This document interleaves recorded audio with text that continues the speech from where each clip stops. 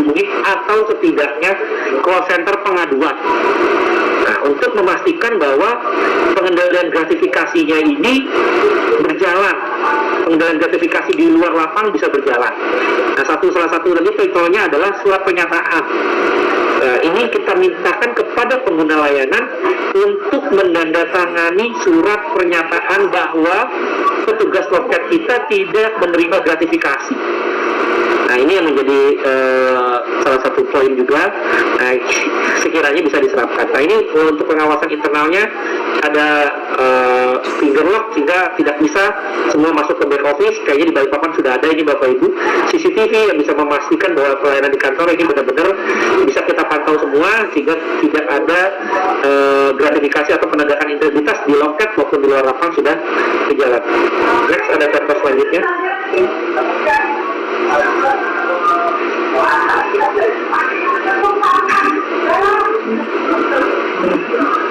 Ini di Aceh Timur, ini atribut banyak dia sudah melakukan public campaign ke gratifikasi baik dari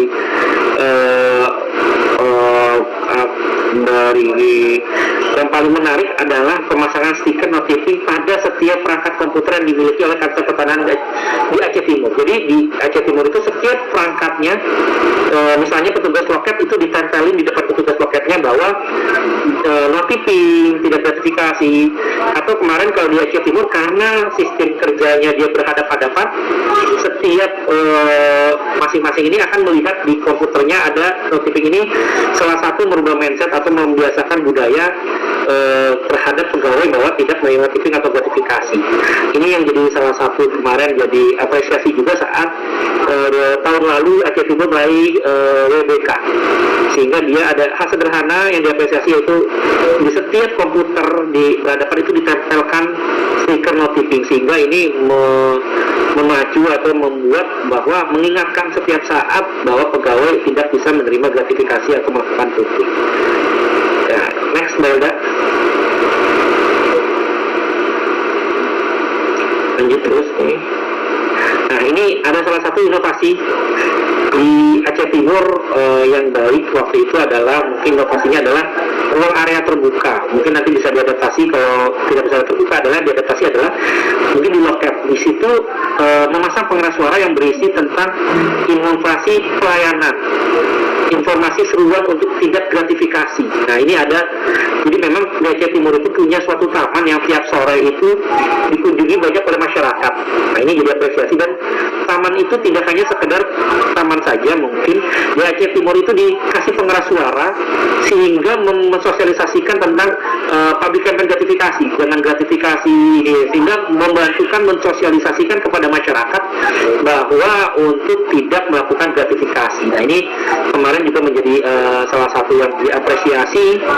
Di lain itu juga di sini pemasangan baliho, call center, hemwat sanad pengaduan gratifikasi, sehingga menjadikan kontrol sendiri terhadap kita di internal gitu ataupun di eksternal bahwa tidak ada pemberian gratifikasi di kantor pertanahan gitu, itu seperti itu. Ini yang mungkin bisa diadaptasi, mungkin apakah di loket nanti ada himbauan gratifikasi secara berkala kepada masyarakat di announcement oleh ada pengeras suara di dalam loket misalnya, kalau karena mungkin kalau ruang area terbuka tidak bisa diwujudkan di Balikpapan karena terbatasan ruangan dan tempat juga. Lanjut Mbak Elda.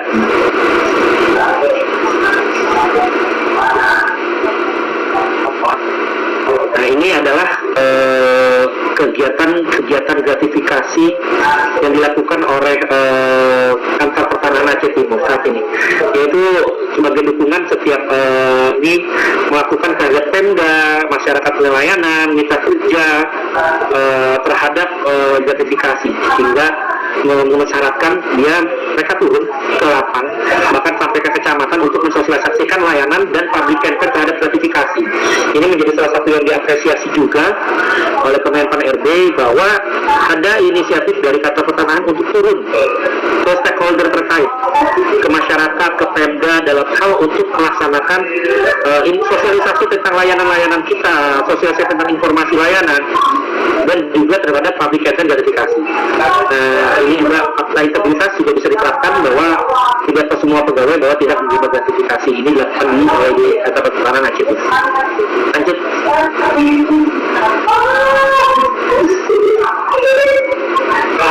Ini sama tadi, dia membuat surat pernyataan gratifikasi.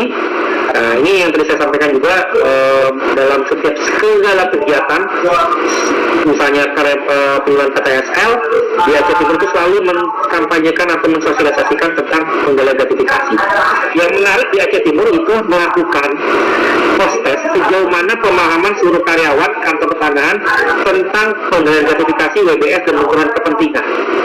Jadi dilakukan semacam survei sederhana, mungkin menggunakan Google Form, mengetahui seberapa paham sih tentang gratifikasi, seberapa paham sih tentang benturan WBS dan benturan kepentingan. Ini perlu dilakukan sehingga kita akan melihat, selama ini kan kita selalu melihat bahwa pengendalian gratifikasi laporannya 0, WBS juga nihil. Nah, ini kenapa nih? Jangan-jangan pegawai di kita kurang memahami apa itu gratifikasi, kurang memahami bagaimana cara melakukan WBS dan benturan kepentingan. Nah, ini salah satu bentuk upaya kita mengukur dengan mungkin pertanyaan-pertanyaan sederhana di kantor pertanahan untuk dilakukan survei sejauh mana pemahaman pegawai terhadap hal itu.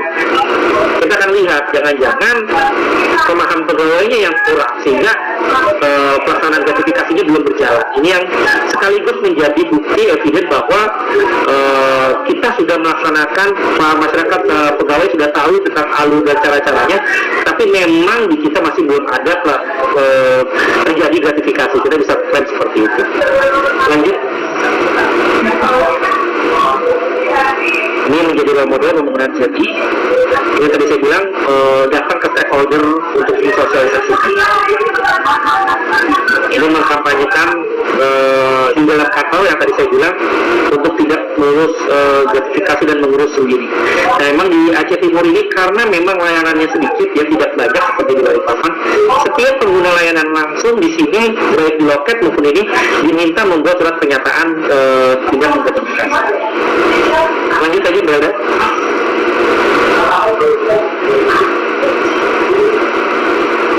Nah, ini hasil-hasilnya yang perlu kita mulai dari sekarang, Bapak Ibu. Misalnya ada pemberian sertifikat penghargaan atau apa, nanti kegiatan perlu kita dokumentasikan sehingga kita bisa menunjukkan bahwa ini sudah berjalan, bahwa masyarakat menjadi puas terhadap pelayanan yang diberikan. Kita perlu data-data ini, Bapak Ibu, sehingga dari awal sudah disiapkan dokumentasi-dokumentasi seperti ini. Lanjut.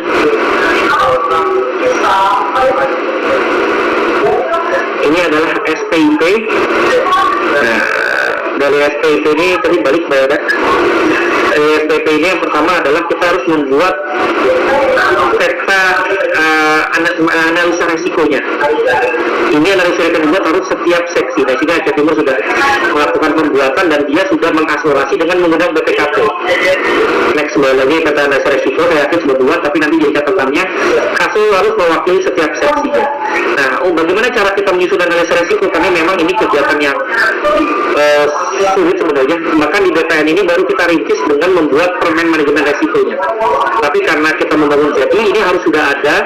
Kita bisa salah satu caranya adalah bisa dengan mengundang BPKP perwakilan. Nah, ini sudah dilakukan di Aceh Timur. Dia mengundang BPKP untuk melakukan pendampingan dalam menyusun analisa risiko pada kantor pertanahan Aceh Timur. Di sini lalu setelah sudah disusun, dia akan membuat roadmap kegiatan dan membuat kendala-kendalanya apa dikatakan dan membuat kegiatan kendalian.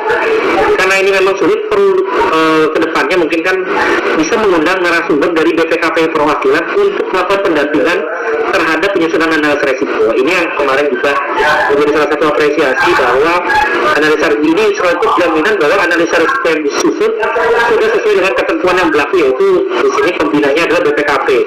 Karena ada BPKP perwakilan bisa kita undang untuk melakukan ini, atau memang bisa mengundang tim dari Inspektorat Jenderal. Tapi memang lebih sulit waktunya, lebih mudah kalau menurut saya kita mengundang BPKP perwakilan sebagai narasumber untuk menyusun analisa risiko ini. Lanjut, Mbak.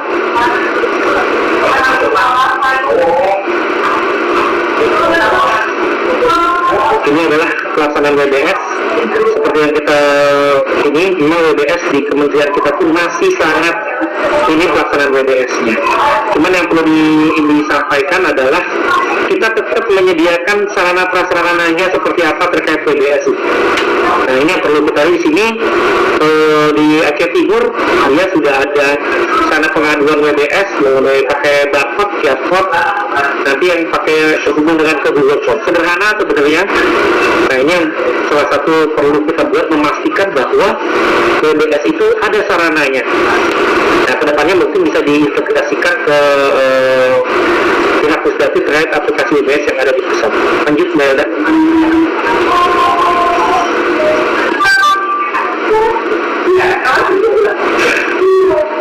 Ini WBS keterangan pengaduan.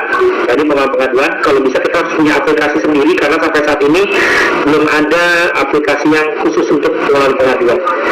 Lanjut, Mbak Elda. Nah, ini benturan kepentingan. Yang diperlukan dari benturan kepentingan yang pertama adalah mengidentifikasi benturan kepentingan. Kita harus identifikasi di setiap pelaksanaan tugas, di setiap seksi, apa-apa saja benturan kepentingannya.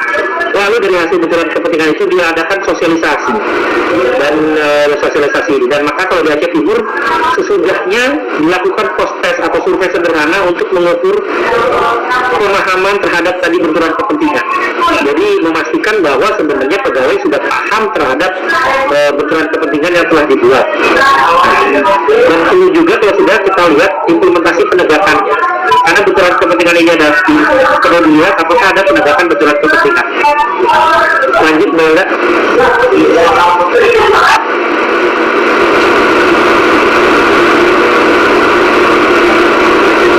Yang terakhir ini mungkin contoh dari peningkatan kualitas pelayanan publik. Lanjut, Mbak Elda.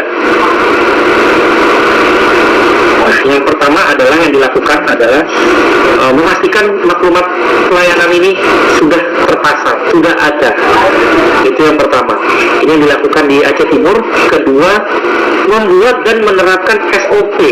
Nah, ini yang perlu jadi perhatian. Jadi semua SOP yang ada di kita adalah SOP yang 1/2010. Tapi itu hanya SOP terkait pelayanannya saja. Belum masuk ada SOP misalnya di sini SOP bagaimana menerima tamu gitu. Bagaimana SOP saat pengguna layanan datang sampai dia dilayani SOP-nya seperti apa. Nah, ini yang perlu dibuat SOP seperti ini, dan juga perlu dibuat SOP terkait inovasi-inovasi yang ada. SOP yang inovasi yang ada ini memastikan bahwa pelaksanaan SOP-nya bisa dijalankan oleh semua pegawai. Jadi tidak hanya karena salah satu pejabat tertentu adanya inovasi itu, tapi dengan adanya SOP ini memastikan bahwa perjalanannya sesuai dengan standar yang ada.